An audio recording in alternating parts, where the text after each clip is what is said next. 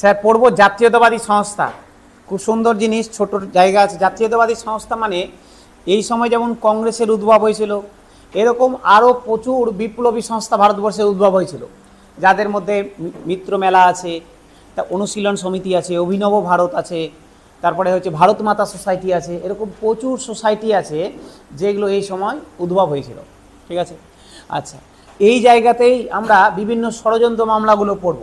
নাসিক ষড়যন্ত্র মামলা, তারপরে হচ্ছে গিয়ে দিল্লি ষড়যন্ত্র মামলা, এখানে লাহোর ষড়যন্ত্র মামলা, Alipore bomb case, Maniktala case, এই এই প্রত্যেকটা জায়গা, মিরুট ষড়যন্ত্র মামলা, এগুলো এখানে আছে। ঠিক আছে, এখানেই আমরা পড়ব ক্ষুদিরাম বসুর ইতিহাস, এখানে পড়ব আমরা ভগৎ সিংয়ের ইতিহাস। এই ছোট্ট একটা জায়গা, ছোট্ট জায়গা না, অনেক বড় জায়গা। ঠিক আছে, চলো শুরু করি স্যার, শুরু করি। চলো, কোথা থেকে শুরু করি?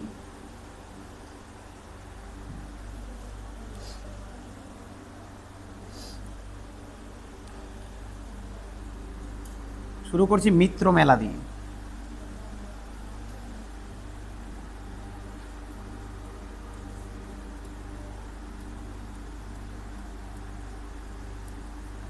মিত্র মেলা, স্যার এই মিত্র মেলার সাথেই জড়িত হচ্ছে নাসিক ষড়যন্ত্র মামলা। ঠিক আছে, এবার কী জিনিস, ছোট্ট ঘটনা, মিত্র মেলা তেমন কিছু নাই এখানে। স্যার সালটা হচ্ছে 1899, 1899, 1899। স্যার এখানে অনেক কিছু হবে স্যার, হয় ম্যাটেরিয়াল লিখতে লিখতে যাবে, নাহলে খাতায় লিখে নেবে। ঠিক আছে, 1899 সাল মিত্র মেলা। বলছে কে প্রতিষ্ঠাতা করেছিলেন? সাভারকার ভাতৃদ্বয়, দুই ভাই ছিল, ভিডি সাভারকার, বিনায়ক দামোদর সাভারকার, আর হচ্ছে ওনার ভাই গণেশ সাভারকার। তো এই দুই ভাই মিলে প্রতিষ্ঠা করেছিল মিত্র মেলা। স্যার কে প্রতিষ্ঠা করেছিল? সাভারকার ভাতৃদ্বয়।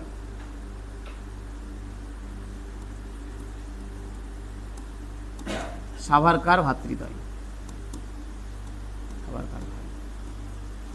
দুই ভাই, ভিডি সাভারকার, ভিডি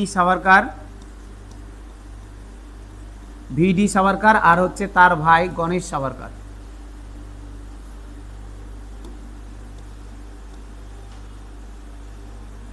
ভিডি সাভারকার আর তার ভাই গণেশ সাভারকার, এরা দুজন মিলে প্রতিষ্ঠাতা করেছিলেন মিত্র মেলা।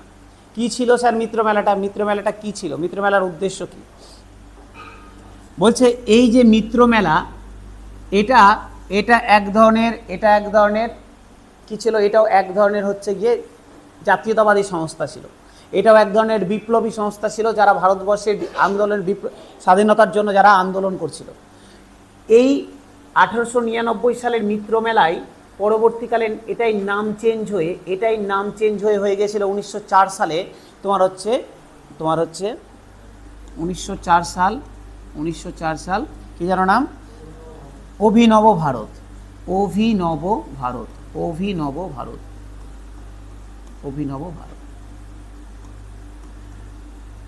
বলছে এই মিত্র মেলাতেই এখান থেকে এরা বিভিন্ন ধরনের যে জাতীয়তাবাদী কার্যকলাপ এখান থেকে পাবলিশ করতো।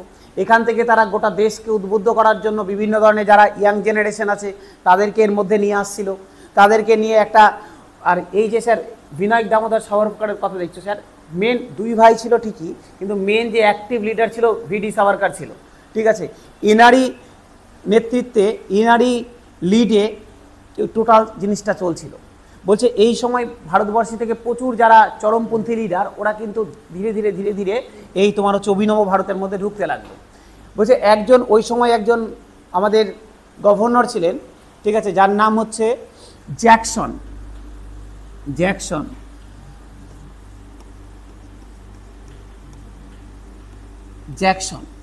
বলছে এই জ্যাকসন এই যে অভিনব ভারত কিনা, এখানকার যারা সদস্য ছিল এরা কিন্তু ফ্রান্স থেকে, এরা এখান থেকে নিজেদের কিছু লোকজনকে ফ্রান্সে পাঠিয়েছিল বোমা বানানো শেখার জন্য। ওখান থেকে এরা ট্রেন্ড হয়ে এসেছিল বোম বানানো, ট্রেন্ড হয়ে এসে এরা বিভিন্ন জায়গাতে বোম বানিয়ে বোমে অ্যাটাক করা, গলি দিয়ে অ্যাটাক করা, এগুলো করতো অভিনব ভারত।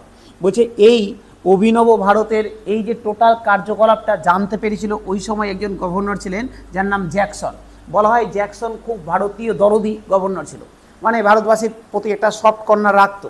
কিন্তু যেহেতু জেনে গেছে অভিনব ভারতের কার্যকলাপ সম্পর্কে, তো ওরা ভাবলো যে না, ভালো হোক আর খারাপ হোক, যেহেতু জেনে গেছে তো ওকে বাঁচিয়ে রাখাটা ঠিক হবে না। ঠিক আছে, বাঁচিয়ে রাখলে আবার কাকে বলে দিবে, ওখান থেকে আবার জিনিসগুলো ছড়াতে লাগবে, বললো বাঁচিয়ে রাখাটা ঠিক হবে না।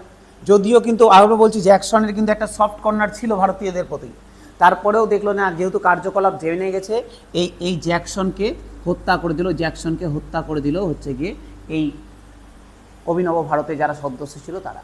তো এখান থেকে শুরু হলো নাসিক ষড়যন্ত্র মামলা। তাহলে এখান থেকে জন্ম নিল নাসিক ষড়যন্ত্র মামলা, কারণ ঘটনাটা নাসিকে হয়েছিল, এই যে হত্যা করার ঘটনা, এখান থেকে জন্ম হলো নাসিক ষড়যন্ত্র মামলা। নাসিক ষড়যন্ত্র মামলা, নাসিক কনস্পিরেসি কেস, ষড়যন্ত্র মামলা, এখান থেকে শুরু হলো নাসিক ষড়যন্ত্র মামলা। পরীক্ষায় কোশ্চেন দিবে নাসিক ষড়যন্ত্র মামলা কিসের সাথে জড়িত? মিত্র মেলার সাথে জড়িত বা অভিনব ভারতের সাথে জড়িত। যেটা অভিনব মিত্র মেলা ছিল 1899 সালে, ওটারই নাম ট্রান্সফার করে 1904 সালে অভিনব ভারত করা হয়। কে প্রতিষ্ঠাতা করেছে? সাভারকার ভ্রাতৃদ্বয় প্রতিষ্ঠাতা করেছে, ঠিক আছে। বিনায়ক দামোদর সাভারকার, গণেশ সাভারকার, দুই ভাই ছিল, তারা প্রতিষ্ঠাতা করেছে। এরাই হত্যা করলো জ্যাকসনকে। জ্যাকসনকে হত্যা করার পর শুরু হলো এখান থেকে নাসিক ষড়যন্ত্র মামলা শুরু হলো, ঠিক আছে। কোর্টে ষড়যন্ত্র মামলা মানে কোর্টে ওদের বিরুদ্ধে কেস শুরু হলো, এই যে এই ঘটনার জন্য কেস শুরু হলো। যেহেতু ঘটনাটা নাসিকের ঘটনা, এই জন্য এটাকে নাসিক ষড়যন্ত্র মামলা বলে আমরা জানি, ঠিক আছে। আচ্ছা দেখো নেক্সট, দেখো ম্যাটেরিয়ালে দেখো দেওয়া আছে মিত্র মেলা হয়ে গেল, তারপরে দেখো দেওয়া আছে অনুশীলন সমিতি। অনুশীলন সমিতি আচ্ছা, তো অনুশীলন সমিতি স্যার, অনুশীলন সমিতি কে প্রতিষ্ঠাতা করেন? প্রমথনাথ মিত্র। অনুশীলন সমিতি বলেছে, অনুশীলন সমিতির একটু বড় ইতিহাস আছে, এখানে একটু বড় ইতিহাস আছে, একটু ভালো করে বুঝবে এবং অনেক কিছু লিখারও আছে, লিখবে। বলছে অনুশীলন সমিতি কত সালে প্রতিষ্ঠিত হয়? 1902 সাল। বাহ, 1902 সালে অনুশীলন সমিতি প্রতিষ্ঠাতা হয়। কে প্রতিষ্ঠাতা করেছিল? প্রমথনাথ মিত্র, পি মিত্র এটা প্রতিষ্ঠাতা করেন। প্রমথনাথ মিত্র প্রতিষ্ঠাতা করেন 1902 সালে অনুশীলন সমিতি। দেখো নামের মধ্যে আছে অনুশীলন, তার মানে এই সমিতির কাজ ছিল, এটা একটা যোগা সেন্টার টাইপের ছিল, নামই লোক দেখানোর জন্য। বলছে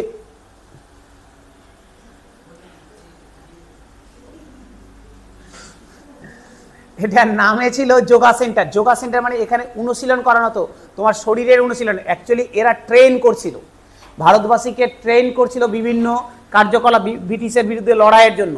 হচ্ছে এখানে যোগা শেখানো হয়, এই যোগা শেখানোর বাহানাতে এরা বিভিন্ন হাতিয়ার চালানো, তারপরে হচ্ছে লড়াই করা, এইভাবে প্রত্যেকটা পার্ট এরা এখানে শেখাচ্ছিল। এই অনুশীলন, এই যে অনুশীলন, এই অনুশীলন কথাটা এসেছে, এরা এই কথাটা নিয়েছে বঙ্কিমচন্দ্র চট্টোপাধ্যায়ের লেখা একটা উপন্যাস আছে, একটা নোভেল আছে, যার নাম হচ্ছে অনুশীলন তত্ত্বা।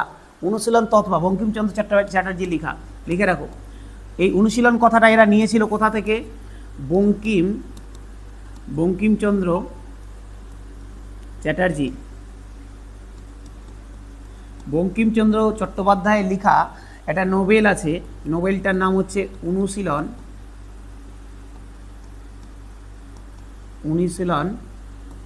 তত্ত্ব, TATTAV। এই যে এখান থেকে অনুশীলন কথাটাকে ওরা নিয়েছিল, যে অনুশীলন, এখানে বঙ্কিমচন্দ্র চ্যাটার্জি এখানে বিভিন্ন ধরনের এই কার্যকলাপ, বিভিন্ন ধরনের অনুশীলনের কথা, শারীরিক যে আমাদের যে যোগার যে গল্পগুলো সেখানে বলেছিলেন, ওখান থেকে অনুপ্রাণিত হয়ে তিনি অনুশীলন কথাটা নামা হয়েছিল, এখান থেকে অনুশীলন সমিতি, ঠিক আছে। বোঝা গেল স্যার? সমস্যা নাই? তাহলে এটা গেল অনুশীলন তত্ত্বের গল্প। আচ্ছা এবার গল্প স্যার, এই যে 1902 সালে প্রমথনাথ মিত্র, ভালো করে শোনো, 1902 সালে প্রমথনাথ মিত্র অনুশীলন সমিতি তৈরি করলেন। আমি বুঝে গেলাম স্যার এটা কেমন টাইপের সংস্থা ছিল, নাম শুনে আমি বুঝে গেছি, এটা একটা যোগা টাইপের সংস্থা ছিল, যেখানে যোগার নাম করে বিভিন্নভাবে ট্রেন করা হতো ভারতবাসীদেরকে, যাতে ব্রিটিশদের বিরুদ্ধে লড়াই করা যায়। এই কথাটা তারা কোথা থেকে নিয়েছিল? এই কথাটা তারা তো হচ্ছে গিয়ে বঙ্কিমচন্দ্র চট্টোপাধ্যায়ের লেখা এক নোভেল থেকে এই কথাটা তারা নিয়েছে। ভালো কথা, বলছি সবই ঠিকঠাক ছিল, এই পর্যন্ত ঠিকঠাক আছে, ট্রেন করছে, সব ঠিকঠাক আছে, কিন্তু ঘটনাটা ঘটে গেল 1905 সালে, 1905। 1905 সালে কি হয়েছিল? বঙ্গভঙ্গ হয়েছিল। 1905 সালে বঙ্গভঙ্গ হলো। বলছে যখন 1905 সালে বঙ্গভঙ্গ হলো, বলছে এরপরেই তো লঞ্চ হয়ে গেল স্বদেশি বয়কট আন্দোলন। আমরা তো পড়েছিলাম 1905 সালে 7ই আগস্ট স্বদেশী আন্দোলন লঞ্চ হয়। তাহলে এরপরেই তো লঞ্চ হয়ে গেল স্বদেশী আন্দোলন। স্বদেশী আন্দোলন বলছে অনুশীলন সমিতির যারা সদস্য ছিল তারা স্বদেশী আন্দোলন নিয়ে সন্তুষ্ট ছিল না, এরা স্যাটিসফাইড ছিল না। এখানকার যারা সদস্য ছিল এই সদস্যগুলো স্যাটিসফাইড ছিল না, এরা স্যাটিসফাইড এরা ছিল না। এরা বলছে না শুধুমাত্র ওই স্বদেশী আর বয়কট করে এই বঙ্গভঙ্গের বিরোধিতা করা সম্ভব না, ওদেরকে ডিরেক্ট অ্যাকশনে আসতে হবে, ওদেরকে মারতে হবে, ওদের বিরুদ্ধে লড়াই করতে হবে। ওই শুধুমাত্র আমি ওদের জিনিস নিব না, আমি নিজের জিনিস ইউজ করব, এটা দিয়ে বঙ্গভঙ্গকে আবার বেঙ্গলকে ইউনাইটেড করা যাবে না। তাহলে এরা কিন্তু এই যে স্বদেশী আন্দোলন, তারপরে বয়কট আন্দোলন, স্বদেশী বয়কট যে আন্দোলন চলছিল এটার বিরুদ্ধে ছিল না, কিন্তু এটার প্রতি স্যাটিসফাইডও ছিল না যে শুধু এটা করলে হবে না, আমাদেরকে ডিরেক্ট অ্যাকশনে আসতে হবে। তো এই জায়গা থেকে যারা অনুশীলন সমিতির সদস্য ছিল তাদের মধ্যে একটা মতভেদ তৈরি হয়। কিছুজন বলছে না অ্যাকশনে আসবো, আর এইরকমই একজন লিডারের এরা পেয়ে গেল, সেটা হচ্ছে বারীন্দ্র কুমার ঘোষ। বারীন্দ্র কুমার ঘোষের এবার এখান থেকে এন্ট্রি হলো অনুশীলন সমিতিতে। অনুশীলন সমিতিরই একটা সদস্য ছিল বারীন্দ্র কুমার ঘোষ, উনার নেতৃত্বে এবার শুরু হয়ে গেল অন্য এক ইতিহাস। বারীন্দ্র কুমার ঘোষ, বারীন্দ্র কুমার ঘোষ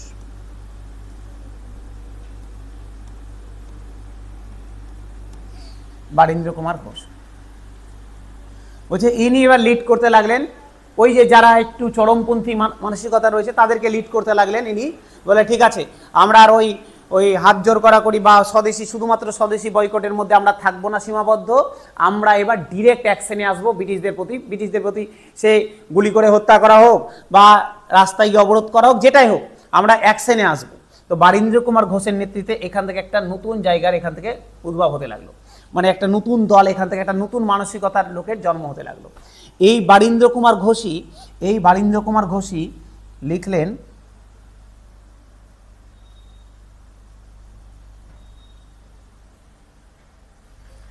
বলছে এই বারীন্দ্র কুমার ঘোষ ইনি একটা ম্যাগাজিন লিখলেন যেটার নাম হচ্ছে ভবানী মন্দির। লিখে রাখবে ভবানী মন্দির, ভবানী মন্দির, ভবানী মন্দির। এটা একটা ম্যাগাজিন ছিল এই বারীন্দ্র কুমার ঘোষের লেখা ভবানী মন্দির। এই ভবানী মন্দির ম্যাগাজিনে তিনি এবার ব্যাখ্যা করতে লাগলেন, লিখতে লাগলেন ব্রিটিশদের বিরুদ্ধে কিভাবে লড়াই করতে হবে, রিভলিউশন করতে হবে, আন্দোলন করতে হবে, মানে লোকজনকে সাধারণ মানুষকে উজ্জীবিত করতে লাগলো এই ম্যাগাজিন দিয়ে। আমি ম্যাগাজিনে ব্রিটিশদের বিরুদ্ধে, তখন তার ইন্টারনেট নাই, এত পেপার নাই, দুই একটা পেপার পাবলিশড হচ্ছে, ওই পেপার তার মধ্যে একটা ছিল ভবানী মন্দির। এই ভবানী মন্দির এই পত্রিকা দিয়ে তিনি লিখতে লাগলেন বিভিন্ন ব্রিটিশদের বিরুদ্ধে কার্যকলাপ, কিভাবে একটা আন্দোলনকে নিয়ে যেতে হবে, কিভাবে ওদেরকে শায়েস্তা করতে হবে, এই জিনিসগুলো ভবানী মন্দিরে লিখতে লাগলেন। এর সাথে সাথে আর একটা পত্রিকা তিনি পাবলিশ করলেন, যুগান্তর পত্রিকা।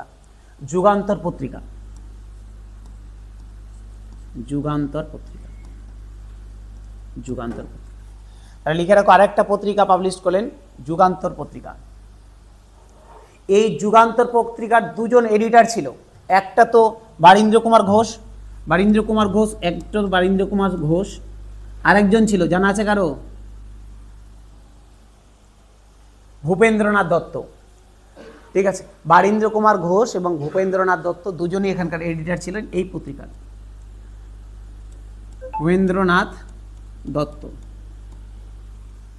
বারীন্দ্র কুমার ঘোষ আর ভূপেন্দ্রনাথ দত্ত দুজনই এই যুগান্তর পত্রিকার এডিটর ছিলেন, ঠিক আছে। আচ্ছা, এই যুগান্তর কথাটা এরা নিয়েছিল কোথা থেকে? এই যুগান্তর কথাটা এটাও একটা নোবেল থেকে নেওয়া, ঠিক আছে, এটাও একটা নোবেল থেকে নেওয়া। এখানে দেখো, শিবনাথ শাস্ত্রীর একটা নোবেল ছিল যুগান্তর, সেখান থেকে এটাকে নেওয়া হয়েছে। যুগান্তর কথাটা নেওয়া হয়েছে, শিবনাথ শাস্ত্রীর একটা নোবেল ছিল যুগান্তর, সেখান থেকে এটা নেওয়া হয়েছে যুগান্তর পত্রিকা। ওই তোমার ম্যাটেরিয়াল কই? আর তোমার কই? ও স্যার, আমারটা বাড়িতে, আর ওরটাতে আমি করছি।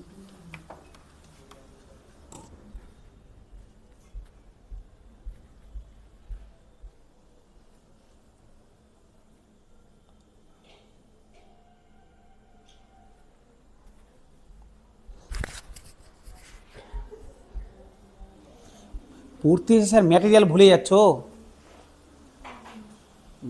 ভাগ্যিস এসছো, হাত পা নিয়ে হাত পা রেখে চলে আসুনি বাড়িতে, এটাই অনেক।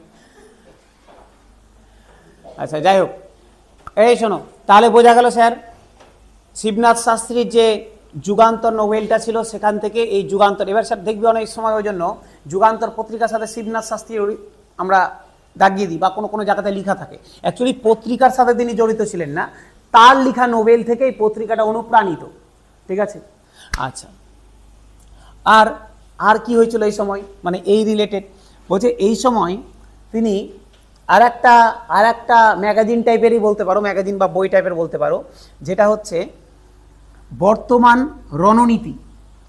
এটা বই লিখেছিলেন বর্তমান রণনীতি। এটা স্যার এটা হচ্ছে বারীন্দ্র কুমার ঘোষ, ইনারি লেখা আর একটা বই হচ্ছে বর্তমান রণনীতি। বর্তমান রণনীতি, বর্তমান রণনীতি। রণনীতি মানে বুঝতে পারছি যুদ্ধ কৌশল, কিভাবে যুদ্ধ করতে হবে, কিভাবে আন্দোলন করতে হবে, সেটা সম্পূর্ণ ব্যাখ্যা করা ছিল এই বর্তমান রণনীতিতে। বলছে এটা এই বইটা ওই সময়কার যারা লিডার ছিল, যারা উদ্ভব মানে জাস্ট তৈরি হচ্ছে লিডার, তাদের কাছে এটা একটা টেক্সট বুক টাইপের ছিল, মানে পড়তেই হবে। আমাদের যেমন পড়ি স্যার টেক্সট বুকগুলো পড়ি, এরকম এদের কাছে যত ওই সময়কার লিডার ছিল তাদের কাছে এটা একটা টেক্সট বুক ছিল। সবাই আগে এটা পড়তো আন্দোলনে আসার আগে, যে আন্দোলন কীভাবে করতে হয় না করতে হয়। এটা বলতে পারো ওই সময়কার যারা রিভলিউশনারিস্ট ছিল, যারা আন্দোলনকারী ছিল, তাদের জন্য এটা একটা টেক্সট বুক ছিল। খুব সুন্দরভাবে আন্দোলনগুলোকে এখানে ব্যাখ্যা করা হয়েছিল। ঠিক আছে, তো সব তো ভালো কথা চলছে, এতগুলো ঘটনা চলছে মিত্রমেলা। কি কি বললাম স্যার, কি কি বললাম একবার ছোট্ট করে একবার টোটালটাকে নিয়ে আসি। কি কি বললাম? অনুশীলন সমিতি 1902 সাল কে প্রতিষ্ঠাতা করেছিল? প্রমথনাথ মিত্র। এই মিত্র এটা প্রতিষ্ঠাতা করেছিলেন বললাম। তারপরে এটা স্যার অনুশীলন সমিতি, এই অনুশীলন কথাটা কোথা থেকে নেওয়া হয়েছে? বঙ্কিমচন্দ্র চট্টোপাধ্যায়ের লেখা এক নোবেল আছে যে অনুশীলন তৎপর, সেখান থেকে এটাকে নেওয়া হয়েছে।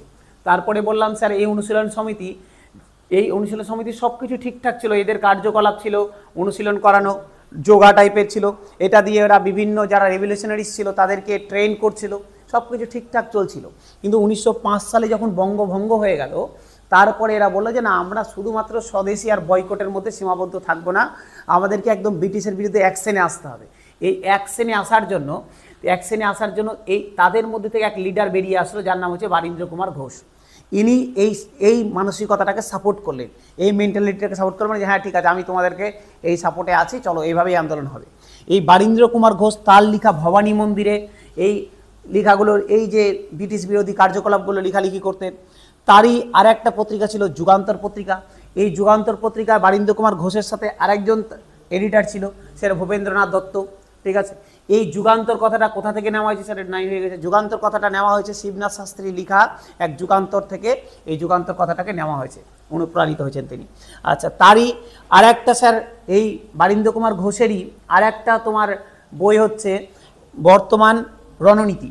এই বর্তমান রণনীতিতে ওই সময় মানে যত ধরনের আন্দোলন হয় সেগুলোকে সুন্দর করে ব্যাখ্যা করা ছিল, কীভাবে আন্দোলন এগাবো, কীভাবে আন্দোলন করা উচিত। এটাকে টেক্সট বুক বলা হয় ওই সময়কার আন্দোলনকারীদের। ঠিক আছে, এই পর্যন্ত পড়লাম। বলছে এবার তখন তো আর বেঙ্গল তো তখন আর ছোট ছিল না, বেঙ্গল স্যার টোটাল বেঙ্গল, বাংলাদেশ, আসাম, বিহার এগুলো নিয়ে বেঙ্গল ছিল। ঠিক আছে, তো বলছে এই ইনারা যখন এই তোমার হচ্ছে অনুশীলন সমিতির সদস্যরা যখন একটু ছড়াতে লাগলো চারিদিকে, গোটা বেঙ্গলে ছড়াতে লাগলো। ঠিক আছে, শুরু হয়েছিল কলকাতাতে, এটা যেটা হয়েছিল এটা কলকাতাতে, এটা কলকাতাতে শুরু হয়েছিল। ঠিক আছে, এটা কলকাতাতে শুরু হয়েছিল, কিন্তু এটা যখন কলকাতা থেকে আস্তে আস্তে আরও ছড়াতে লাগলো, বলছে এই ছড়াতে ছড়াতে ঢাকাতে একজনের সাথে এনাদের দেখা হলো, যার নাম পুলিন বিহারী দাস। পুলিন বিহারী দাস, সালটা কত স্যার? 1905 সাল। 1905 সালে ঢাকাতে দেখা হলো পুলিন বিহারী দাসের সাথে। পুলিন বিহারী দাসের সাথে দেখা হলো ঢাকাতে। 1905 সালে ঢাকাতে দেখা হলো পুলিন বিহারী দাসের সাথে। দেখো এখানেও মজা, দেখো বলছে পুলিন বিহারী দাসের সাথে যখন ঢাকাতে 1905 সালে দেখা হলো, তিনি দেখা হয়েছে এনাদের যাদের সদস্য আছে তাদের সাথে দেখা হয়েছে, ইনারা সম্পূর্ণভাবে বোঝালেন ওকে যে অনুশীলন সমিতি এটা, আমাদের কার্যকলাপ এটা, এই আমরা করি। পুলিন বিহারী দাস বলল বাহ খুব সুন্দর জিনিস। তো পুলিন বিহারী দাসও কিন্তু একটা বড় মাপের ওই সময়কার মুখ, ঠিক আছে, ঢাকার। তো বলছে ঠিক আছে, ওনাকে এবার দায়িত্ব দেওয়া হলো যে আপনি একটা অনুশীলন সমিতি এটারই এক শাখা ঢাকাতে চালান। বলো ঠিক আছে। তাহলে এখান থেকে তৈরি হলো অনুশীলন সমিতি পার্ট 2, মানে দ্বিতীয় অনুশীলন সমিতি। তাহলে অনুশীলন সমিতি কিন্তু দুটো হয়েছিল, একটা অনুশীলন সমিতি 1, একটা অনুশীলন সমিতি 2। তো এই অনুশীলন সমিতি তৈরি হলো ঢাকাতে কত সাল? 1905 সাল। এটাও কিন্তু অনুশীলন সমিতি, এটাও কিন্তু অনুশীলন সমিতি।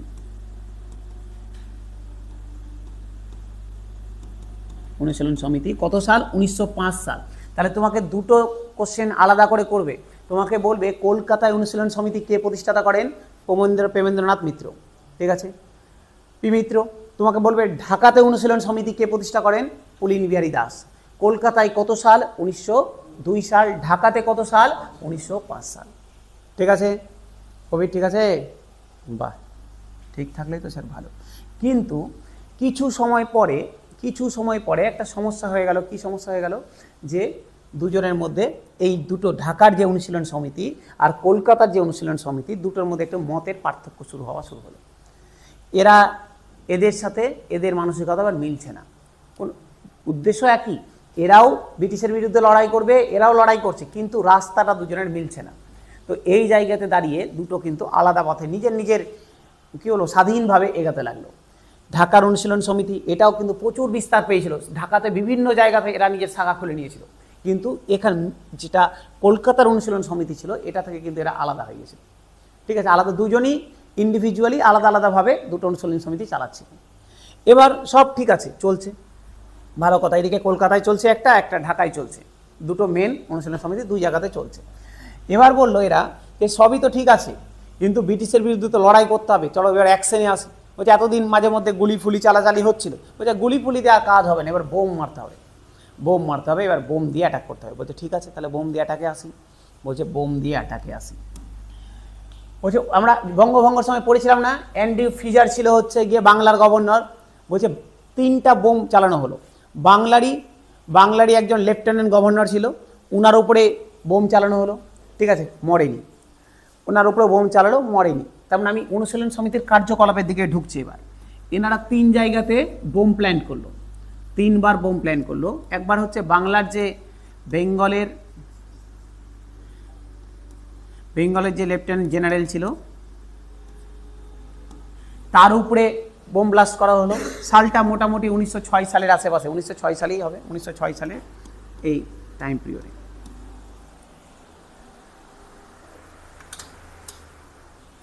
1906 সালের আশেপাশে বোম প্ল্যান করা হলো, কিন্তু তিনি মারা গেলেন না, ঠিক আছে, বেঁচে গেলেন। 1907 সালের দিকে অ্যান্ড্রিউ ফ্রিজার যে ছিল বাংলার গভর্নর, বঙ্গভঙ্গের সময় তো তাই ছিল, অ্যান্ড্রিউ ফ্রিজার ছিল, ইনার উপরেও বোম চালানো হলো, ইনিও বেঁচে গেলেন। দুটাই কিন্তু ব্যর্থ, দুই জায়গাতেই বোম চালালো, এখানেও বোম চালালো, অ্যান্ড্রিউ ফ্রিজারের উপরেও বোম চালালো, কিচ্ছু হলো না, বেঁচে তো গেল। বলছে তাহলে ওই যে তৃতীয় বোম, বলছে এটা কিন্তু মিস করা যাবে না, এবার মারতেই হবে। বলছে দায়িত্ব পড়লো, এখানে দায়িত্বে ছিল প্রফুল্ল চাকি, দায়িত্বে ছিল, বেঁচে গেল, যেহেতু মরেনি তো কিছু ধরা পড়ার ব্যাপার নেই। লাস্ট 1908 সাল, বলছে এবার যেন মিস না হয়। 1908 সালে প্ল্যান করা হলো, মুজাফফরপুরের একজন জাজ ছিল যার নাম হচ্ছে কিংসফোর্ড, খুব ইম্পর্টেন্ট। তাহলে 1908 সালে কাকে প্ল্যান করা হলো মারার জন্য? মুজাফফরপুরের জাজ ছিল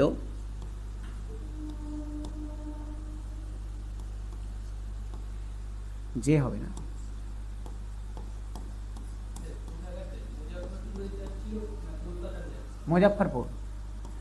মুজাফফর যা আছে মুজাফফরপুর হবে।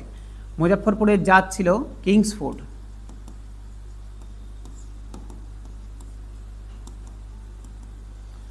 এবার স্যার এর উপরে রাগ কেন? মুজাফফরপুরের যে জাজ মানে কোর্টের যে জাজ, ইনার কিংসফোর্ড, ইনার উপরে রাগ কেন? বলছে রাগ এই কারণে, বলছে ইনি একজন আনপপুলার জাজ ছিলেন। আনপপুলার জাজ মানে লোকের কাছে প্রিয় না, মানে ভারতবাসীর কাছে প্রিয় না। বলছে কেন প্রিয় না? বলছে অদ্ভুত টাইপের জাজ। ধরে নাও কোনো একটা ব্রিটিশ কাউকে মার্ডার করে এসছে, তার একটা কেস এসছে এনার আন্ডারে। বলছে ঠিক আছে, মার্ডার করেছে তো কোনো এমন বড় ব্যাপার, চলো 2000 টাকা ফাইন করে দিলাম, হয়তো 2 মাসের জেল দিলাম, ছেড়ে দিলাম।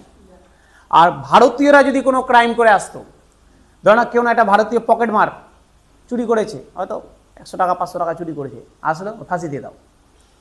তো বলছে ছোট ছোট ক্রাইমের জন্য ক্যাপিটাল পানিশমেন্ট দিত ভারতীয়দেরকে, কিন্তু ওরই আবার যদি ব্রিটিশ কোনো আস্ত অপরাধী তাদেরকে আবার ফের অল্প সাজা দিয়ে ছেড়ে দিত। বলছে এরভাবে চলতে পারে না, একে হত্যা করতে হবে। তো এই মুজাফফরপুরে যে জাজ ছিল কিংসফোর্ড, ইনার গাড়িকে লক্ষ্য করে বোম চালালেন প্রফুল্ল চাকি আর ক্ষুদিরাম বসু। ইনার গাড়িকে লক্ষ্য করে বোম চালালেন প্রফুল্ল চাকি আর হচ্ছে ক্ষুদিরাম বসু।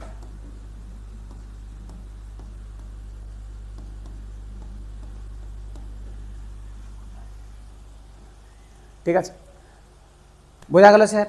ইনার গাড়িকে লক্ষ্য করে বোম চালালেন ক্ষুদিরাম বসু আর প্রফুল্ল চাকি। কিন্তু গল্পটা দাঁড়ালো তিনি মরলেন না, কিন্তু তার সাথে সহকারী যারা ছিল, তার সাথে অন্য দুটো মহিলা ছিল, তারা মারা গেছে। কেন স্যার? বলছে দেখো তখন তার ওইরকম এখনকার মতো তার টাইম বোম না, রিমোট কন্ট্রোল বোম টেটে টেটে করে যাচ্ছে বা উপর থেকে এত গান দিয়ে শ্যুট করে দিল, মিসাইল লাগে ডাঁ করে উড়ে গেল গাড়ি, তা তো না, হাতে বোম চালাতে হতো। এবার কেমন ওরা ধরো না গাড়ির যে কনভয়গুলো বেরায়, দেখবে রাস্তাতে যদি মন্ত্রী যায় বা কেউ যায় দেখবে একই টাইপের গাড়ি যায়, দেখবে কখনো দেখবে রাস্তাতে যদি মমতা ব্যানার্জি যায় মালদা দিয়ে, দেখবে একই টাইপের গাড়ি, একই কালারের, আলাদা কালার হবে না। কিন্তু যদি কালো হয় সবগুলোই কালো, সাদা হলে সবগুলোই সাদা। তার কারণ আছে, দেখবে প্রধানমন্ত্রী দেখবে র্যালিগুলো দেখতে পাবে একই কালারের গাড়ি সব, তার কারণ আছে। কি কারণ? বলছি যাতে করে বোঝা না যায় যে কোন গাড়িতে হেড অফ দ্য লিডার বসে আছে। গাড়িগুলো কিন্তু ওরা কিন্তু পুরো প্ল্যান করা থাকে, পুরো একদম ওদের, আমরা ভাবি না যে যাচ্ছি ইচ্ছা করে ওভারটেক করে নিল, ওরকম ব্যাপার নেই। ওরা পুরো প্ল্যান করা থাকে কোন জায়গাতে গিয়ে কত নাম্বার গাড়ি কাকে ওভারটেক করবে, পুরো প্ল্যান করে ওরা আসে। যাচ্ছে যেতে যেতে মিডিলে এই ওভারটেক করে নিল 2 নাম্বার 3 নাম্বারকে, মানে হেরফের হতেই থাকে, কিছু দূর পর পর হেরফের হতে থাকে যাতে করে বোঝা না যায় কোন গাড়িতে আছে, আর ভিতরে দেখাও যাবে না কে আছে। ঠিক আছে, তো এই জিনিস কিন্তু তখনও ছিল। এখন এখন কনভয় গেলে হয়তো 100টা গাড়ি বেরায়, তখন হয়তো 4টা 5টা যেত, কিন্তু ওদের মধ্যে অল্টারনেট করতে করতে যেত। এবার যখন মুজাফফরপুরের কিংসফোর্ড যখন ওর নিজের বাড়ি থেকে বেরিয়েছে, বাড়ি থেকে হোক বা কোর্ট থেকে, ওই যখন বেরিয়েছে, বাড়ি থেকে বেরিয়েছে, বাড়িতে ওর পার্টি ছিল, বন্ধু বান্ধব, বন্ধু এসেছিল, বন্ধুর বউরা এসেছিল, সবাই পার্টি টাটি করে বাড়ি থেকে বেরিয়েছে। বেরিয়ে এবার একই কালারের গাড়ি তো সবগুলো নিয়ে, এবার এখানে ধরো 2-3 জন গার্ড দিচ্ছে ওর বাড়ির সামনে যে কত নাম্বার গাড়িতে উঠছে, উঠে গেল 2 নম্বরে, ওর পাশের জনকে 2 নম্বরে হাত দেখিয়ে দিল 2 নাম্বার, ওর পাশের জনকে হাত দেখালো 2 নাম্বার, ওদিকে 2 নাম্বার, এরকম করে হাত দেখাদেখি চলছে। দিয়ে লাস্টে হয়তো যেখানে ক্ষুদিরাম বসে প্রফুল্ল চাকি বোম নিয়ে বসে আছে, ওদের কাছে ইনফরমেশন এসে 2 নাম্বার, বলো ঠিক আছে 2 নম্বরে মারবো বোম। এবার গাড়ি তো মিললে 2 নাম্বার তো 3 নাম্বার হয়ে গেছে, 3 নাম্বার 2 নম্বরে চলে এসছে। এবার যখন গাড়িটা আসলো ওদের কাছে, বোমটা চালানো ওই গাড়িটার ছিল না কিংসফোর্ড, অন্য গাড়িতে ছিল। ওই গাড়িতে ওনার বন্ধু 2-3 জন বউ ছিল আর বন্ধুগুলো ছিল, ফালতু বেচারারা ফ্যামিলি নিয়ে উড়ে গেল। ঠিক আছে, তো এই যে ঘটনাটা, এটা আলিপুর বোম কেস নামে পরিচিত। ঠিক আছে, আচ্ছা এটার সাথে আরেকটা ঘটনা রিলেটেড আছে, সেটাও বলে দিই। Maniktala garden case. বলছে মানিকতলা গার্ডেন কেস কী জিনিস? বলছে এই অনুশীলন সমিতির এটা একটা কার্যকলাপ, এই যে মারা গেল এটা একটা আলিপুর বোম কেস। আর একটা হচ্ছে মানিকতলা, এই একই অনুশীলন সমিতির সাথে related, Maniktala garden case, conspiracy বা কেস যাই বল, মানিকতলা গার্ডেন কেস। বলছে এই যে অনুশীলন সমিতি যেটা ছিল, ধরো এটা অনুশীলন সমিতির বাড়ি ঘর, এটা ওদের মেন আড্ডা। বলছে এইখানে যখন এই ঘটনা মুজাফফরপুরে যে জাজ, তার উপরে একটা বোম অ্যাটাক করা হলো, এবার কিন্তু ওরা হাই অ্যালার্ট হয়ে গেল ব্রিটিশরা, এবং আস্তে আস্তে খোঁজ লাগানো শুরু করলো এর উৎপত্তি কোথা থেকে অরিজিনেটেড, কোথা থেকে এরা অপারেট করছে। আস্তে আস্তে মানিকতলা গার্ডেনে যে হাউসটা ছিল, এই হাউসটাতে রেড দিয়ে এখান থেকে 38 জনকে গ্রেপ্তার করা হলো। যত লিডার ছিল, বারীন্দ্র কুমার ঘোষ, ভূপেন্দ্রনাথ দত্ত, অরবিন্দ ঘোষ, প্রত্যেককে গ্রেপ্তার করে নিল। এবং এই যে মানিকতলা গার্ডেনের এই যে ঘটনাটা, তার যে বাড়ি থেকে গ্রেপ্তার করা হলো, তোলা হলো, 38 জনকে তুলে নিয়ে গেল, তার মধ্যে 4 জনকে কিছুদিন পর ছেড়ে দিয়েছিল, বাকি জনে কিন্তু আলাদা রকমভাবে মানে তোমার হচ্ছে শাস্তি ঘোষণা হয়েছিল। কাউকে 50 বছরের জেল, কাউকে হয়তো 80 বছরের জেল, বুঝতে পারছি 50 বছরের জেল দিয়েছে। 50 বছরের জেল দিয়ে 2 জনকে তোমার হচ্ছে বারীন্দ্র কুমার ঘোষকে 50 বছরের জেল দিয়ে পাঠিয়ে দিয়েছে আন্দামানে। ওখানে তিনি 10 বছর ধরে জেল টেল খাটলো, দিয়ে বারবার পিটিশন ফাইল করছিল যে আমাকে ছেড়ে দেওয়া হোক, আমি আর করবো না, অমুক তমুক বারবার করে পিটিশন করছিল। দিয়ে ওকে 28 বছর বয়সে, ভাবো, ওকে জেলে পাঠিয়েছে 50 বছরের জন্য। 28 বছর ওর বয়স, তখন 50 বছরের জন্য জেলে পাঠিয়েছে। এবার 50 বছর মানে কি 78 বছরে ছাড়া পাবে, তত মরেই যাবে, আর কি ছাড়া পাবে। তো তারপরে কিছুদিন পরে ছেড়ে দিয়েছিল, 10 বছর পরে জেল থেকে ছেড়ে দিয়েছিল। তারপরে জেল থেকে বেরিয়ে তিনি আর মানে এই রিভলিউশনের সাথে জড়িত ছিলেন না, তারপরে তিনি অন্য কাজে হিন্দু মহাজন সভাতে যোগদান করেছিলেন। তো যাই হোক, সেগুলো পরের ইতিহাস। তো এখন গল্প হচ্ছে এই যে ঘটনাটা, যেটা মানিকতলা যে বাড়িটা ছিল, ওদের যে হাউসটা, অপারেট হাউসটা ছিল, সেটাকে সিজ করা হলো, সেখানে রেড করা হলো। এই যে পুরো ঘটনা, এটা মানিকতলা গার্ডেন কেস বা মানিকতলা বোম কেস নামে পরিচিত। আর এরই আলিপুর বোম কেস একই সাথে রিলেটেড। আলিপুর বোম কেসের জন্যই এই ঘটনাটা, মানিকতলাতে রেড হলো, মানিকতলা বোম কেস হলো, দেখবে একই টাইপের রিলেটেড। এটা পরীক্ষায় দিবে মানিকতলা বোম কেসের সাথে কে জড়িত, অরবিন্দ ঘোষ জড়িত, অরবিন্দ ঘোষ জড়িত, এক তো বারীন্দ্র কুমার ঘোষ জড়িত, অবশ্যই জড়িত, ভূপেন্দ্রনাথ দত্ত জড়িত, অবশ্যই জড়িত, তারপরে অরবিন্দ ঘোষও জড়িত। এরা প্রত্যেকেই কিন্তু জড়িত এই মানিকতলা বোম কেসের সাথে, মানিকতলা গার্ডেন কেস বা বোম কেস যাই বলো। বোঝা গেল? এবার স্যার আসি ক্ষুদিরাম বসু, যখন বললাম তাহলে ক্ষুদিরাম বসুর একটু গল্প শুনি। ক্ষুদিরাম বসু কে ছিল? ক্ষুদিরাম বসুর ফাঁসি কত সাল?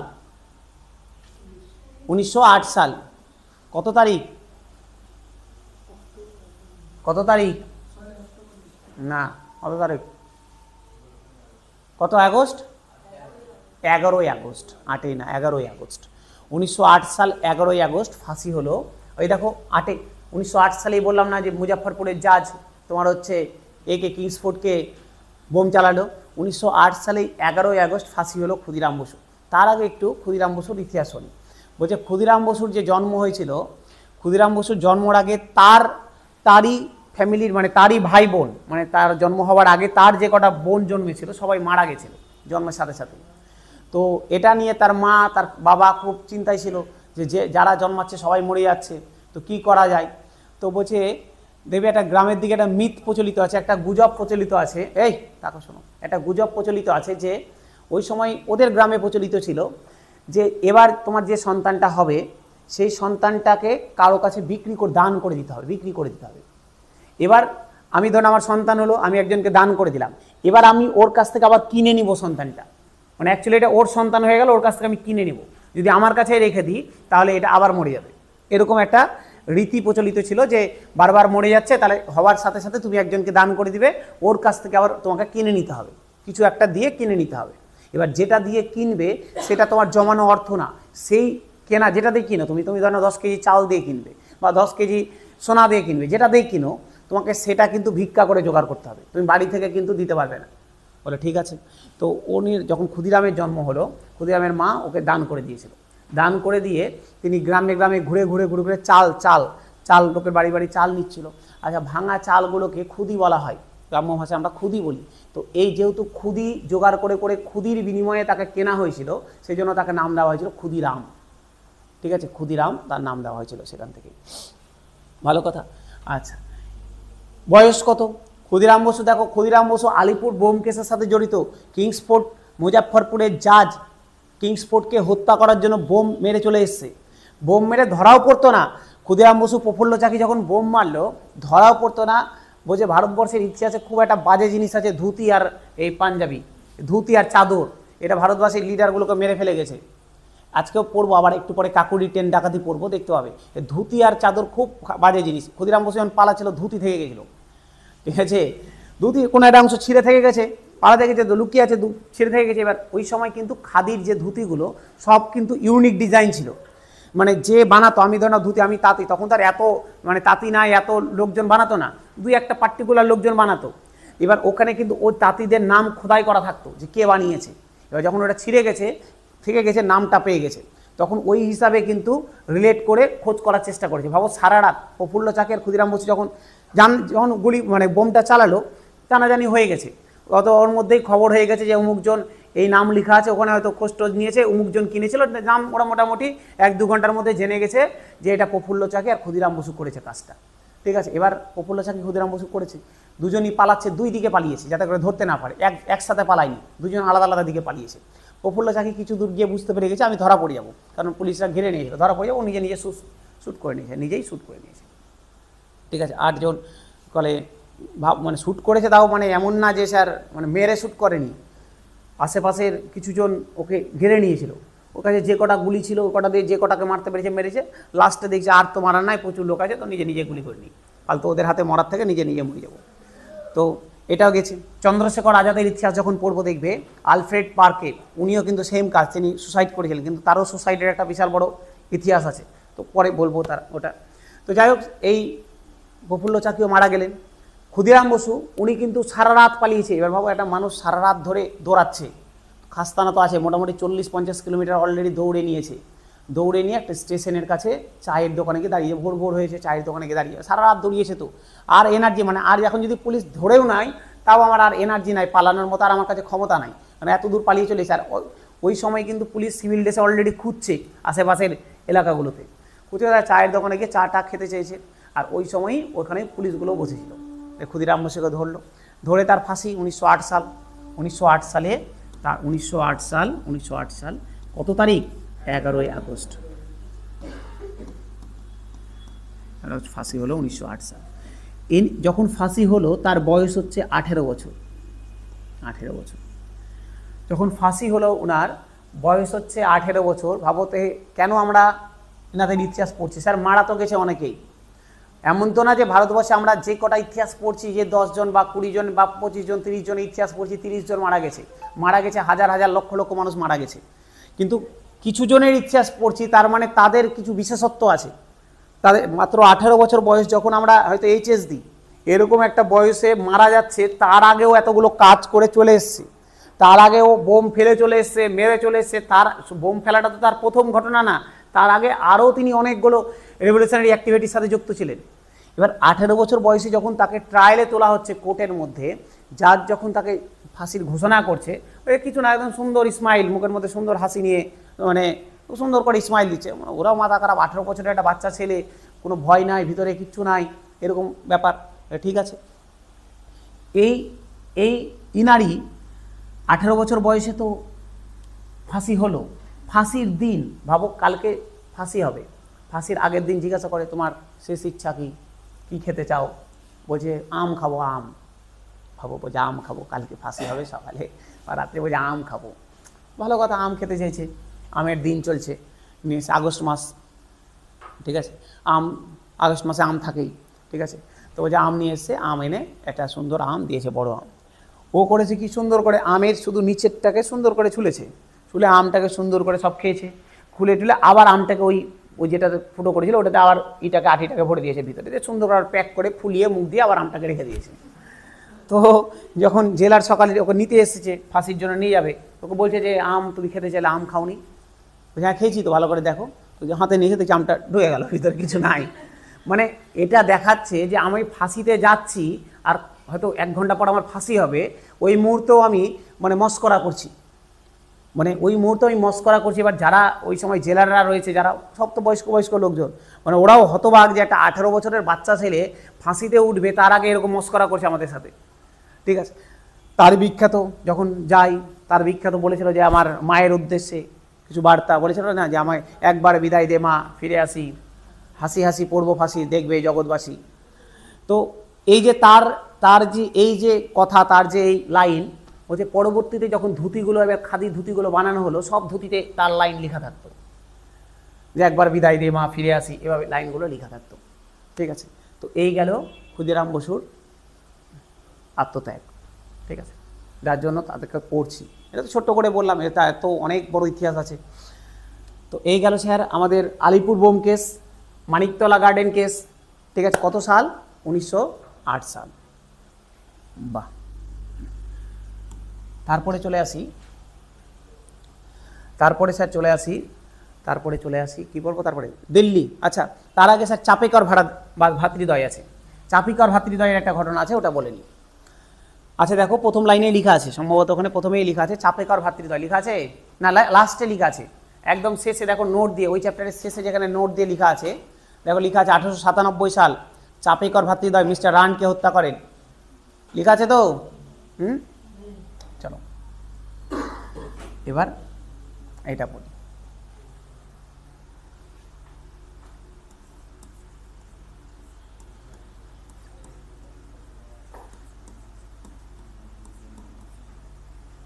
চাপেকর ভাতৃদ্বয়, চাপেকর ব্রাদার্স। বলছে কি ছিল স্যার, কি ছিল, কি ঘটনা? বলছে এইটা এই দুই ভাই চাপেকর ভ্রাতৃদ্বয় 1897 সালে 1897 সালে একজন প্লেগ কমিশনারকে হত্যা করেছিলেন যার নাম মিস্টার রান্ড।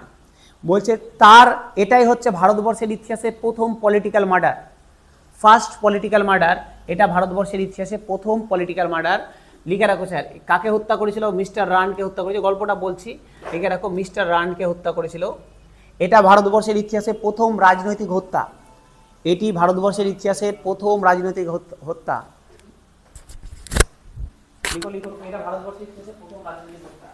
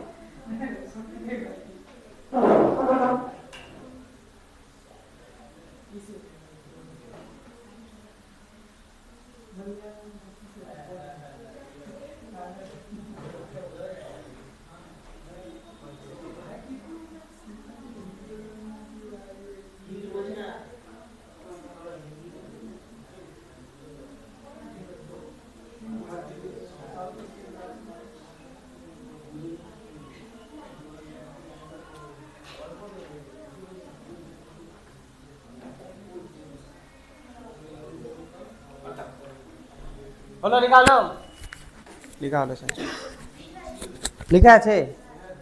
আচ্ছা, এবার স্যার এই ঘটনাটা যে মিস্টার রানকে হত্যা করলো, এটা হচ্ছে আমাদের ভারতবর্ষের প্রথম রাজনৈতিক হত্যা।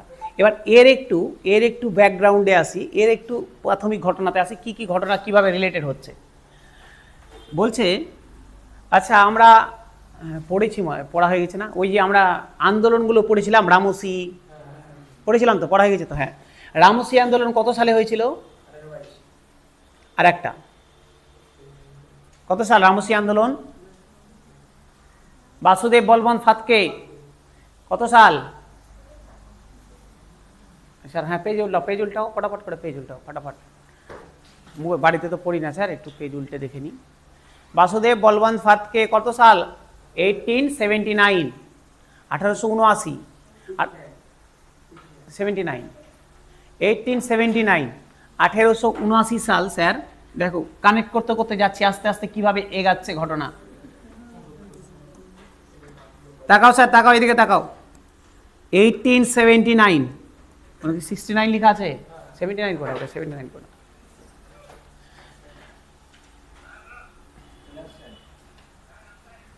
ঠিক আছে, 1879।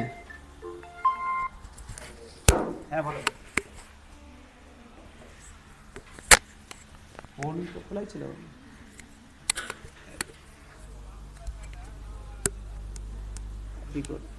হ্যাঁ আচ্ছা আচ্ছা আচ্ছা আচ্ছা, ওই একটাই আছে আমার কাছে, ওটাই আছে শুধু। হ্যাঁ লাস্টে 50, 8 নাম্বার নাই। ওটাতে কথা হয়েছে অনেকদিন আগে হয়েছে, এখন হয়নি, রিসেন্ট হয়নি।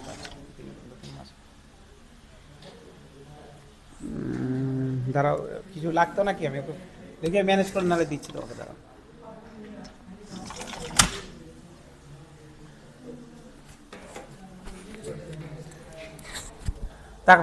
স্যার বলছে 1879-এ বাসুদেব বলবন্ত ফাতকে রামসি আন্দোলনের সূচনা করেছিলেন। কে স্যার? বাসুদেব বলবন্ত ফাতকে।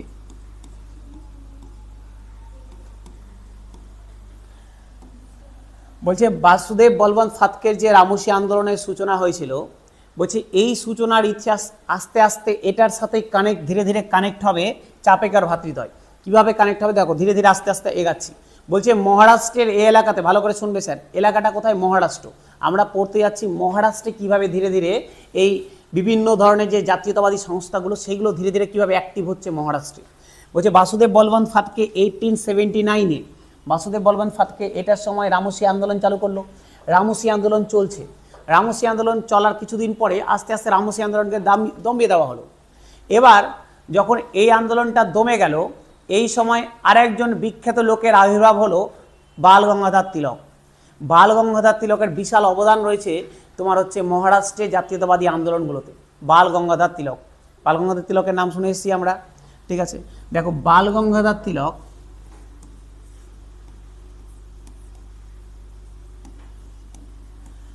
বাল গঙ্গাধর তিলক, ঠিক আছে। ইনার সম্পর্কে এখন বলতে যাচ্ছি না, বলতে পরে দেখবে ম্যাটেরিয়াল দেওয়া আছে, অনেক কিছু লেখা আছে ইনার সম্পর্কে, ওখানে এক জায়গাতে পড়ে দিবে। আমি এখানে রিলেটেড যেগুলো সেগুলো বলছি। বলছে ইনি মহারাষ্ট্রে যখন আস্তে আস্তে রামসি আন্দোলনকে দমিয়ে দেওয়া হচ্ছে, রামসি আন্দোলন আস্তে আস্তে দমে যাচ্ছে, তখন তিনি মহারাষ্ট্রের দেখলেন যে মহারাষ্ট্রের মানুষজনকে একসাথে আনতে গেলে একটাই রাস্তা আছে, ধর্মীয় রাস্তা।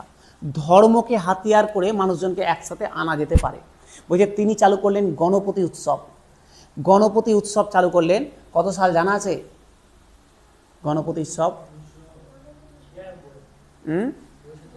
1993, সে 2093, ও 1800, তাহলে 1893 সালে চালু করা হলো গণপতি উৎসব। গণপতি উৎসব, গণপতি উৎসব,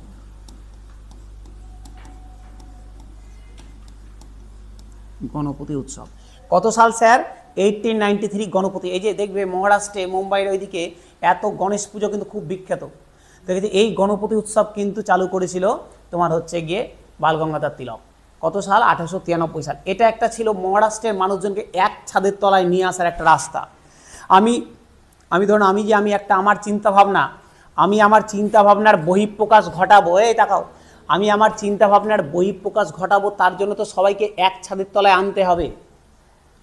আমি তো এমন না যে তোমার বাড়ি গিয়ে বোঝালাম এই ঘটনা, আবার তোমার বাড়ি গেলাম, এরকম তো হবে না। আমাকে একটা জনসমাবেশ তৈরি করতে হবে যেখানে গিয়ে আমি আমার জিনিসগুলোকে বোঝাতে পারবো।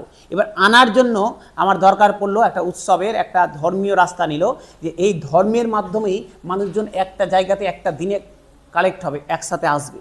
এবার যদি একসাথে চলে আসে, এবার ধীরে ধীরে আমি এই উৎসবের মধ্যে দিয়েই নিজের চিন্তাভাবনাটাকে প্রচার করতে পারবো। নিজের যে চিন্তাভাবনা, আমার যে ব্রিটিশদের প্রতি মনোভাব, সেটা মানুষজনের মধ্যে দিতে পারবো। তো তার জন্য আগে একজুট হওয়াটা দরকার ছিল, যার জন্য গণপতি উৎসব চালু হলো 1893-তে। এবার শুধুমাত্র একজুট হলে হবে না, তিনি দেখলো একজুট তো হলাম, এবার মানুষের রক্তকে একটু ফোটাতে হবে, রক্ত যাতে একদম পুরো গরম হয়ে যায় রক্ত। এই রক্ত গরম করে দেওয়ার জন্য চালু করলো শিবাজি উৎসব 1896 সাল। 1896 চালু হলো শিবাজি মহোৎসব। শিবাজি উৎসব, শিবাজি উৎসব দেখো কি সুন্দর টেকনিক। দেখো শিবাজি ছত্রপতি শিবাজিকে মহারাষ্ট্রের লোকজন ভগবানের মতো করে পুজো করে।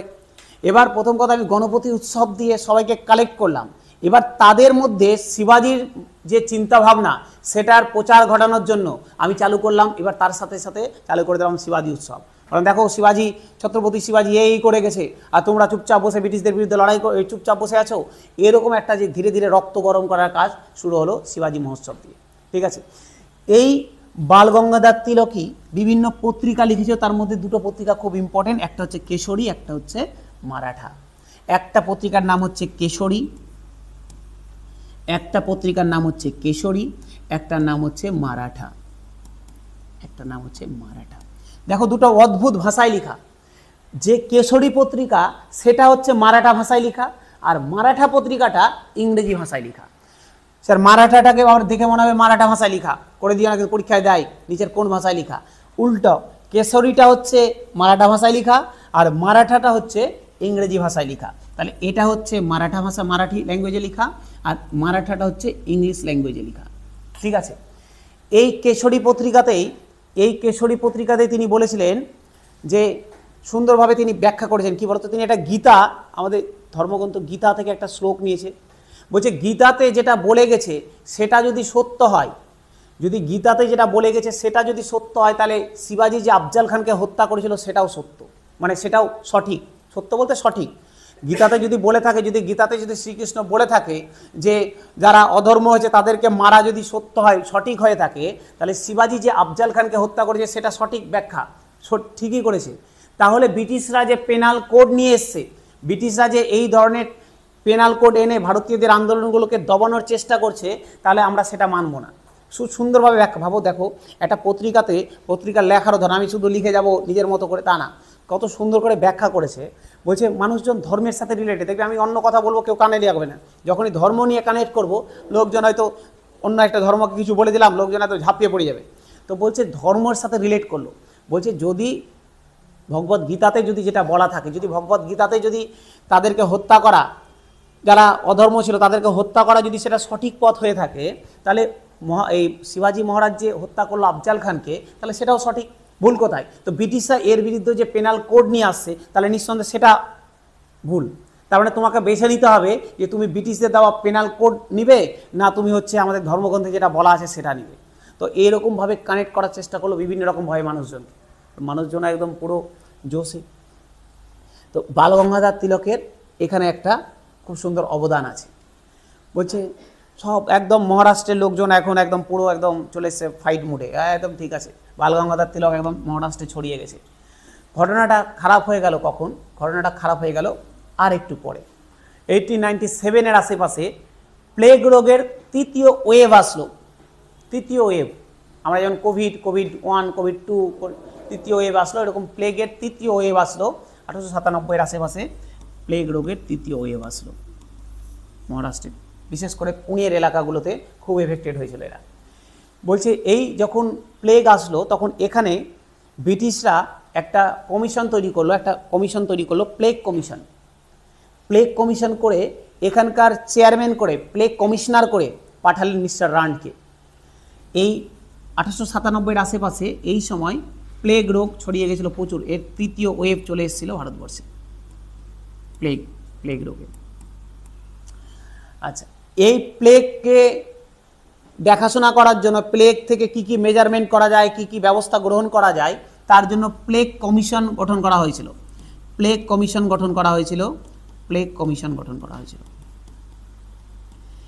এই প্লেগ কমিশনের কমিশনার করে পাঠানো হলো মিস্টার রান্ডকে। এরই কমিশনার হয়ে আসলো মিস্টার রান্ড, প্লেগ কমিশনার হয়ে আসলেন মিস্টার রান্ড। বলছে এবার দেখো, আমরা যখন কোভিড হয়েছিল, দেখবে প্রত্যেক উপরমহল থেকে ডিএম এর কাছে নির্দেশ চলে এসেছিল যে নিজের এলাকাগুলোকে তুমি কলে লকডাউন করে দাও। লকডাউন বলতে যারা এফেক্টেড আছে তাদেরকে কোয়ারেন্টিনে পাঠিয়ে দাও, ঠিক আছে, ওরা যাতে মিশতে না পারে কারোর সাথে। তারপরে হচ্ছে যা যা ব্যবস্থা গ্রহণ করা দরকার, বাড়ি থেকে চেক করো যে কেউ এফেক্টেড আছে কিনা, কারণ মহামারী তো একজনের হয়েছে আশেপাশে সব ছড়িয়ে যাবে। তো বলছে এখন যেমন কোভিড আমরা যেমন দেখলাম, ওই সময় প্লেগের সময় তেমনই হয়েছিল। এবার আমাদের কোভিডের সময় তো আমরা সচেতন নয়, 2025 সালে, 2020 সালে, 25 কেন বলছি, 2020, 21, 22 আমরা এত এই সময়ে এসেও আমরা মহামারী সম্পর্কে সচেতন নয়। আমরা ওই জায়গায় কী হবে কোভিডে, অসুবিধা তো নাই। এবার আমার অসুবিধা নাই ঠিকই আছে, কিন্তু আমার মাধ্যমে যার কাছে ছড়াচ্ছে, সে যদি বয়স্ক হয়, সে যদি অসুস্থ হয়, তাহলে তার কিন্তু অসুবিধা আছে। তো আমরা তো এই সময়ে সচেতন নয়। এবার আমার এই টুকুটার জন্য সবার কাছে ছড়াচ্ছে, কিন্তু ওই সময় মানুষ, আজ থেকে 1897 সাল, আজ থেকে ধরো 100-150 বছর আগের গল্প, তো তখন মানুষ তো আরও সচেতন নয়। এবার লোকের বাড়ি ঢুকে গেছে, প্লেগ কমিশনার মিস্টার রান্ডের নির্দেশে পুলিশ ঢুকে গেছে, লোকের বাড়ি ভাঙ চুর করে এই সেই করে খুঁজে বেড়াচ্ছে, এই যে অমুক লোক বাইরে ঘুরতে গেছিল, ওকে কোয়ারেন্টিনে পাঠাতে হবে, ও তো লুকিয়ে আছে ঘুরে টুরে। আর এমনভাবে যখন বেরিয়ে টেরিয়ে গেছে, মনে হচ্ছে কি একদম ইডি রেড মেরেছে বাড়িতে, সিবিআই, ঠিক আছে, ভাঙ চুর করে খুঁজে মুজে সব গেছে। এবার দেখছে এইভাবে তো চলতে পারে না, বলছে এইভাবে চলতে পারে না, এই যে কার্যকলাপগুলো করছে রান্ড লোকের বাড়িতে। এবার এটা তো স্যার এটা ভালো দিক গেল, বলছে এটার পিছনে কিন্তু আবার রাজনৈতিক কারণে ঢুকে গেছে। এবার এটার বাহানা দেখিয়ে যার উপরে রাগ আছে, কোনো কারণ আছে, ওর বাড়িতে এই মহামারী দেখিয়ে ওর বাড়িতে গিয়ে হামলা করে দিচ্ছে, এই করে দিচ্ছে। তো এরকম ঘটনা কিন্তু মহারাষ্ট্রে এবার ছড়াতে লাগলো। তো যখন ছড়াতে লাগলো তখন এরা এবার প্ল্যানিং করলো, চাপেকর ভাতৃদ্বয়, যে না, একে এবার হত্যা করতে হবে। তো মিস্টার রান্ডকে হত্যা করলো 1897 সালে মিস্টার রান্ড। আচ্ছা, আর একটা গল্প আছে, এই যে মিস্টার রান্ড, শুধু তো এটাও না, আর একটা ব্যাপার আছে। ওই সময় যারা চাষি ছিল, দেখো অ্যাকচুয়ালি প্লেগের যদি আর্থিকভাবে সবথেকে বেশি ক্ষতিগ্রস্ত হয়ে থাকে তাহলে চাষিরা হয়েছে, কারণ ওদের চাষবাস বন্ধ, জমি জায়গাতে ছড়িয়ে গেছে প্লেগ। তো চাষ আবাদ যখন বন্ধ হয়ে গেছে, ওরা এমনিতে তো খাবার দাবার নাই, তার মধ্যে এক্সট্রা ট্যাক্স লাগিয়ে দিয়েছে, প্লেগ ট্যাক্স। বলছে প্লেগ রোগ ছড়িয়ে যাওয়ার জন্য ব্রিটিশদের বেশি ক্ষতি হয়েছে, ট্যাক্স ম্যাক্স পায়নি, তোমাদেরকে প্লেগ ট্যাক্স দিতে হবে, এক্সট্রা ট্যাক্স দিতে হবে। চাষিরা বলছে আমরা এমনিতেই জমি জায়গা বন্ধ হয়ে আছে, এমনি টাকা নাই, তার মধ্যে আবার নতুন করে ট্যাক্স প্লেগ ট্যাক্স, বলছে এরকম অনেক কারণ ছিল, বলো মিস্টার রানকে হত্যা করতে হবে। তো চাপেকর ভাতৃদ্বয়, চাপেকর ব্রাদার্স 1897 সালে এদেরকে করে দিল হত্যা। তার সাথে আরও এর জয়েন্ট কমিশনার ছিল আরিহেস্ট, ওও মারা গেল।